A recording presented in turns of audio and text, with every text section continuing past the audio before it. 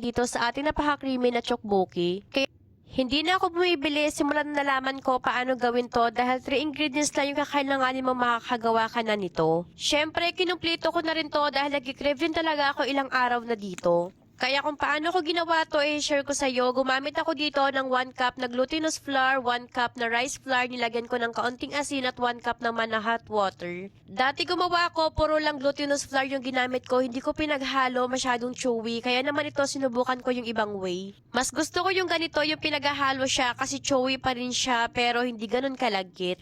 Ayan, bibilog-bilogin mo lang to hanggang sa makuha mo na yung ganyan kaliit at pwedeng-pwede mo na tong slice.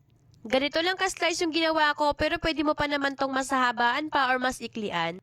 Tapos nagpakulo na rin ako kaagad ng water at papakuluin lang natin to, malalaman mo kapag luto na dahil lulutang yan. At syempre para makain natin yung rice cake na ginawa ko, mag-brown na tayo dito ng bacon, ilagay natin yung sausage at fish cake. Lutuin muna natin to ng saglit pagkatapos mag-add tayo dito ng isang can na evap, pwede namang water. Pero mas masarap kapag evap kasi creamy siya, tapos nag-add ako dito ng gochujang paste at kaunting sugar.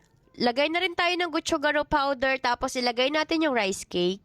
Ay at kaunting simmer na lang, tikman mo na rin kapag okay ka na sa lasa, pwedeng-pwede na gawa na rin tayo ng sushi. Ito kasi yung masarap i-partner dito, yung ginamit ko lang tuna, nilagyan ko ng mayo at kaunting sriracha mayo. Ito naman yung wrapper na gagamitin ko pagkatapos ilagay na natin dito at i-flatten na natin yan. Nilagyan ko ng itlog, cucumber, carrots, niluto ko yung carrots para mas malambot tapos mangga. I-roll lang natin to ng paganyan o diba sobrang dali lang talaga namang yung cravings mo masasolve na kaagad yan. Ayan o, sobrang sarap talaga, perfect combination talaga yan dito sa ating